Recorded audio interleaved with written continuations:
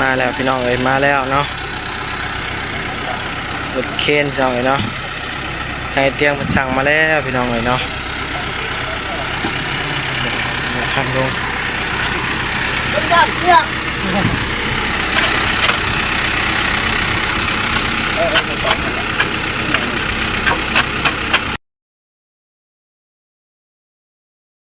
เราพี่น้องเนาะมาพบกับพ่อกับบานิวอยู่แล้วพี่น้องเนาะ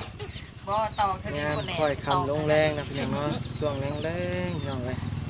บานิวก็อยู่ทางเพื่อนทางบ้านเนี่ยคือเก่านะพี่น้องเนาะอาจจะมาก็ไปเที่ยงนะพี่น้องเนาะมาแต่ไปซื้อไม้พี่น้องเลยไปแก่เอาไม้มา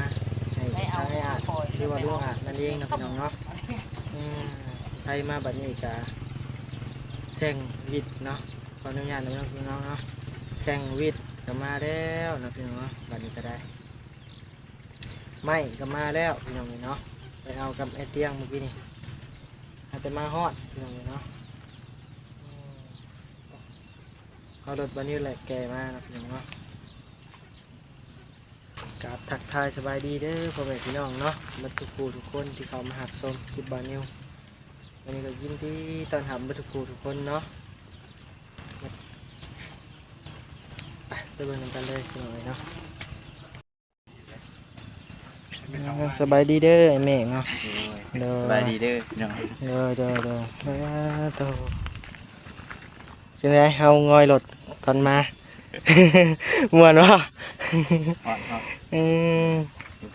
ง่อยมาพี่น้องเอ้ยไม่มันไกลล้างรถมาไปเบิ่งในคลิปไอ้เตียงเนาะพี่น้องเนาะว่าเป็นจังได๋สภาพ ไม่มันยาว ไม่ยาวโพดรถวันนี้มันสั่นพี่น้องเอ้ยเลยพากันง่อยล้างรถมาพี่น้องเอ้ยนะ หยุดเยกมาก สองไอ้น้องง่อยเลย อ่ะไปเบิ่งแซงเนาะพี่น้องเนาะมาหอบนี่ก็แซงก็ลงแล้วพี่น้องเอ้ยเนาะแซงวิทย์นั่นเองเนาะพี่น้องเนาะแซงวิทย์หรือว่าแซงสวมเนาะพี่น้องเนาะเอาใส่เรียบร้อยพี่น้องเอ้ยคนนะแล้วตัวนี้ส่วนนี้แล้วเรียบร้อยนะพี่น้องเนาะเสาก็ได้หมด6 เสาแล้วพี่น้องเอ้ยเทกันเปื้อนเนาะต่อไม้เนาะไปเบิ่งไม้นำกันพี่น้องเอ้ยที่บาวนิ้วแก่มารถบาวนิ้วสั่นๆนี่พี่น้องเอ้ยแต่แก่ไม้บากยาวมาพี่น้องเอ้ยเนาะสบายดีเด้อลุงอาจเนาะสบายดีเด้อบ่อยู่เด้อโดย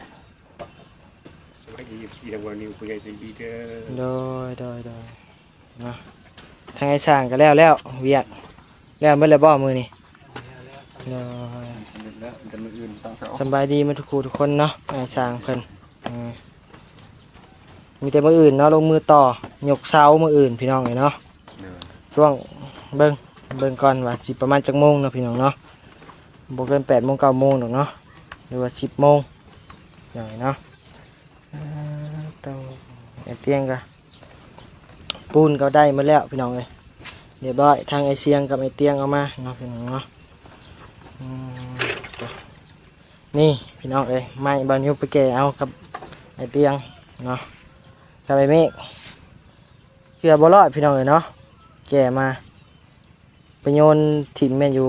ข้างทางพี่น้องเลยเนาะมาบ่ฮอดซับบ่ฮอดเฮือนไออาจซับหรือว่าลุงอาจนะพี่น้องเนาะเกือบบ่ฮอดกบไปเอา2 เที่ยวพี่น้องเลยเอามาตอนแรกเอามาเมื่อแล้วพี่น้องเลยแต่ว่ามาฮอดครึ่งทางแล้วบ่รอดว่ะมันไหลพี่น้องเลยเนาะมันยาวโพดเลยบรรทุกคนทางมากาดว่าเลยเอาลงข้างทางซะว่ะเนาะต่อเรียบร้อยมาแล้วยังก็ได้อัปเดตให้พี่น้องเบิ่งเนาะยามค่อยคำลงแรงพี่น้องเลยเนาะยามไอ้ช่างเพิ่นแล้วเวียกว่าฮอดขันได้แล้วนะพี่น้องเนาะต่อพวก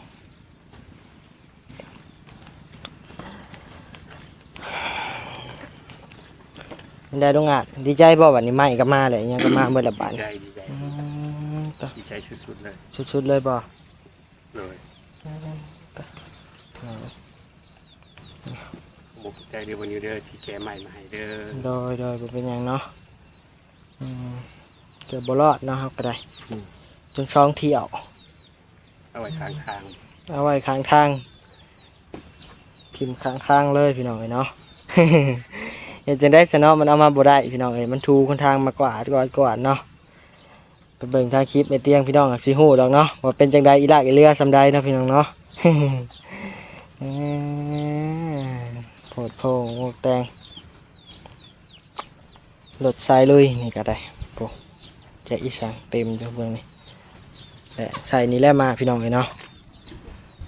ได้เฉยหักสิทุลักทุเลหน่อยหนึงพี่น้องเอ้ยเนาะ ตัวกลาง2ตัวดูดิ อะไรก็ เอาตัวกลาง2ตัว ตัวกลางทองจองโตไปหาตัว FC เลย 29พี่น้องเอ้ยหรือว่า92บ่ ให้เบิ่งว่ามันงามนะ มันงาม 2ตัวงาม 29วันเกิดเฮาเลยได้นี่เดือนนี้แหละวันที่29นี่ นะ นี่แหละ29พี่น้องเอ้ยวันเกิดบานิววันที่29พี่น้องเนาะเดือน6เนาะที่29เดือน6พี่น้องเอ้ยเนาะก็ทางสร้างเป็นปูนไว้นะพี่น้องเนาะโอ้บอกมันงามนี่ว้าวดีเนาะเลือกเลยเจ้านี่จวดๆเลยไอ้ซันคนอื่นก็คือกันนะพี่น้องเนาะจังหน่อยก็เครียดบ่ให้บอกว่างามมามืออื่น อีกแล้วเนาะบ่ยาวผู้บ่น่าสร้างพี่น้องเนาะบ่ยาวพี่น้องไอ้นี่ก็ได้แต่ว่าสิสั่นกว่าบ่ยาวนั่นน้อยหนึงเนาะพี่น้องเนาะ สั่นกว่าบ่ยาวนั่นน้อยหนึงบ่ยาวนั่นหรือว่าโตพี่น้องเอ้ยเนาะ แนวแค่ ขอโทษนำเนาะพี่น้องเอ้ยว้าวควันอ้ายเพิ่นยาวคันลาด ว่าควันว่าพื้น ว่าพื้นเนาะ เลย ขอโทษเด้อบ่ยาวเนาะที่มาเบิ่งคลิปบ่นิวก็ได้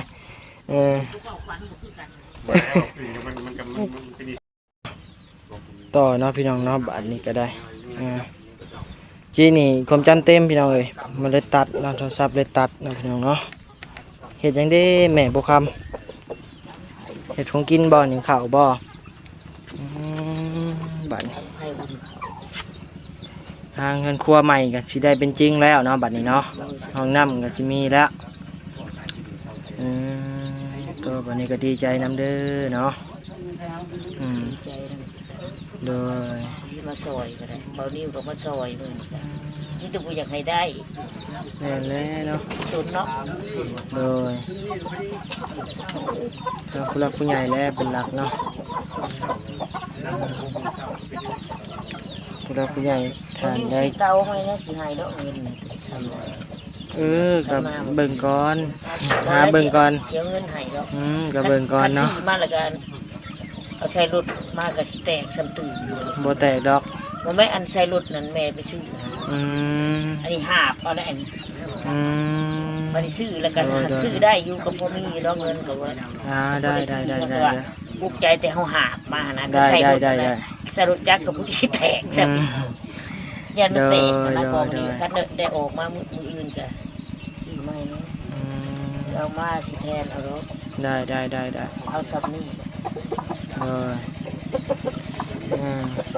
ทางแช่งยังเพิ่นก็เอาลงให้เรียบร้อยเนาะบัดนี้เนาะตัวพี่น้องเอ้ย ยังมีพี่น้องเชียงนาพี่น้องนี่พี่น้องนี้ ตัวพี่น้องเนาะดัง ใจหลายๆเด้อบ่นี้ผู้ที่มาซอยมื้อนี้ โดย สองเถื่ ว่ามาขอบใจหลายเถื่อแท้ เอาสองเถื่อพุ่นเนาะ มาแก่มาช่องเถื่อขอบใจช่องเถื่อ แม่เพื่อนจึงไปเอาไว้เถอะ อ้าวมันอยู่ไกลเนาะตอนแรกไปหาเลาะซื้อเขาบ้านพี่นพุ่นบ่มีแต่บ่ได้ไปเอาฉัน เลาะมาเกือบฮอดซิโนพี่น้องเลยเนาะกระทางบ้านพี่นคือเก่าแหละเนาะทางบ้านไอเตียงคือเก่าแต่ว่ายับลงมาอีกเนาะพี่น้องเนาะก็เลาะเบิ่งหลายห้านแน่แหละแต่ว่าห้านนี่โอเคแน่ราคาเนาะพี่น้องเนาะราคาโอเคแน่แต่ว่าเพิ่นบ่มีคนเนาะพี่น้องเนาะก็ได้คนเองคนขึ้นเองเนาะพี่น้องเนาะมาฮอดแล้วก็มาฮอดใกล้สิฮอดอันเงินบ่นิวก็มันเหี่ยพี่น้องเอามาบ่รอดแล้วก็คนลงอีกแล้วก็มาฮอดเฮือนลุงอาแล้วก็คนลงแล้วก็กลับไปเอาใหม่พี่น้องเอ้ยเนาะพี่น้องเบิ่งคลิปบ่เที่ยงแล้ว แสดงว่าเอามาลงในหันเนาะ แม่นเอาไปลงก่อนครึ่งหนึง ท่านได้ที่ได้เบิ่งคลิปบ่เที่ยงกันน่าจะฮู้เนาะพี่น้องเนาะมาเบิ่งคลิปบ่นิ้วเนาะว่าเป็นมาจังได๋เรื่องแก่ไม้เนาะพี่น้องเนาะโอ้ยทุลักทุเลแฮงพี่น้องเอ้ยเนาะเรื่องแก่ไม้ดังไผก็จนบ่ติดเว้าหลายพี่น้องเอ้ยเนาะต่อพี่น้องเนาะ บ่แล้วแต่มันบ่ติดต่างหากแล้วมันดังหยามีเนี่ยโอ้ แม่นบ่ มีเนี่ยโอ้ยโอ้ยหาเก็บทุกอย่างครับ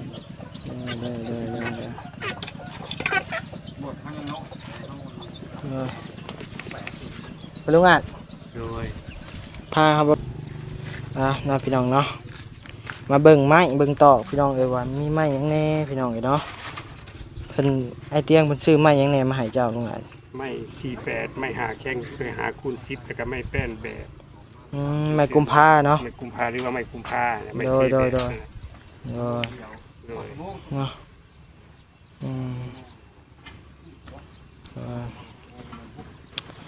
ไม้48ก็เอามาเฮ็ดหลังคาพี่น้องเอ้ยเนาะ ไม่โครงหลังคา โครงหลังคานี่แหละแบบนี้แหละพี่น้องเนาะ ขาวหรือว่า ขาวบ่เขาเอิ้น แม่นขาว แล้วก็ไม้สีญัว ไม่ซีนวดที่เป็นไม่หาคูณ10แม่นพี่น้องเนาะไม้ขาวกับไม้สีญัวแล้วก็คือเนาะ โดย ได้เข้าใจมื้อนี้เด้อเนาะพี่น้องเนาะว่าเรื่องไม้ ไม่ซีนวดคือเขาเอากระเบื้องว่างใส่เอาไม่ขาวนะเอากระเบื้องว่างใส่ สีญัวไปว่า ซีนวด สิบไปทางข้างเนาะ ซีนวดนี่คือซีนวด ตัวเห็ดจอมันนี่เนาะ แม่นมีซีนวดแบบอันว่างสังกะสีใส่นะเพื่อขาว ข่าว โดย เนาะคะแนนว่าภาษาแบบ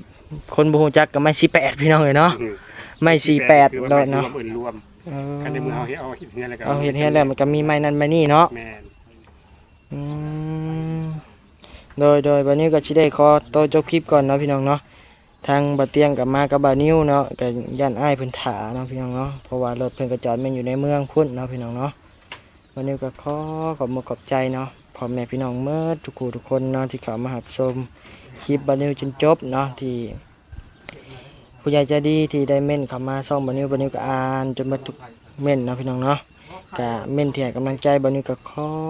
อบใจหลายๆเนาะที่พ่อแม่ยังหักแพงลูกเนาะยังซัพพอร์ตลูกเนาะ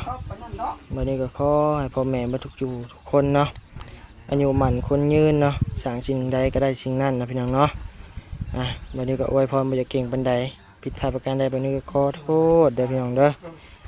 วันนี้ก็บ่มีคำว่าหยังหลายมีแต่คำว่าสำบายดีและสวัสดีเด้อเนาะ สบายดีเด้อที่เราทุกท่านผู้ใหญ่ที่ดีทุกท่าน